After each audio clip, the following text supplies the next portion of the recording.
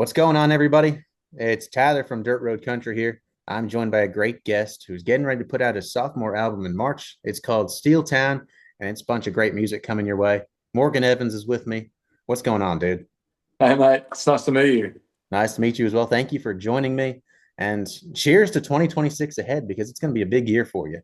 Hell yeah, dude. I'm so excited about it. I've been working on this music a long time and it feels like it's right. Now, it's your debut album came out in 2018, and with this album coming out in March, it's been a long time in between album releases.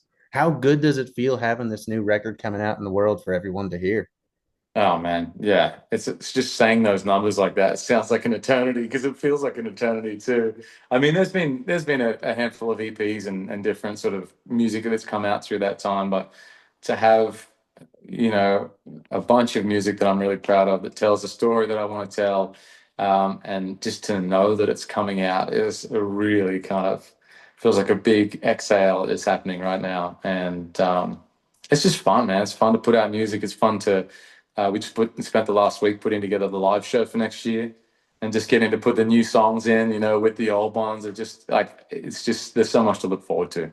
Now, I guess I already said it, but the album is called Steel Town. That is what the town that you're from in Australia is called, right? The Steel Town, Newcastle. What was it like growing up there, and how did that inspire this upcoming album? Yeah, man, it's a town that exists, but basically because there's a harbor there, and there was a steel factory, steel plant there, and they subsequently found coal, and so this whole place is built on steel and coal. And over the last 10 years, it's a couple of hours away from Sydney. It's kind of become a little nicer and fancier, but it was a real kind of gritty working class place when I grew up there, and the football team meant a lot and still does, and music meant a lot and still does.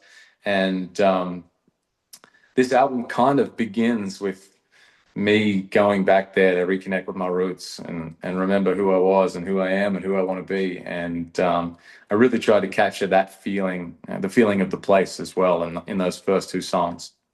Yeah, Beer Back Home is out right now for those that haven't listened to it already. Can you talk about the inspiration behind that song with Newcastle and everything? Because it is a fun song to listen to, and it's really cool when you think about back home. Yeah, man. Well, thank you. Yeah, I wanted it to feel nostalgic, like you were, like you were having that beer, Uh, and it was written after, it was a fairly tumultuous time in life. I'd gone through a really public divorce, and like the way the whole media narrative played out after that was completely out of my control, and honestly didn't feel like me at all. And it was really easy to kind of get swept up in the craziness of that. And I think it was really important, part of just grounding myself and getting a perspective on things, to go back to where it all started, and leave a place where everybody's like, oh my god, and then sit down with the boys and have a beer where they're like, you're all right mate, you're all right mate, yeah, and then move on. And I think that was a really important part of the journey, and I tried to capture that feeling in those songs.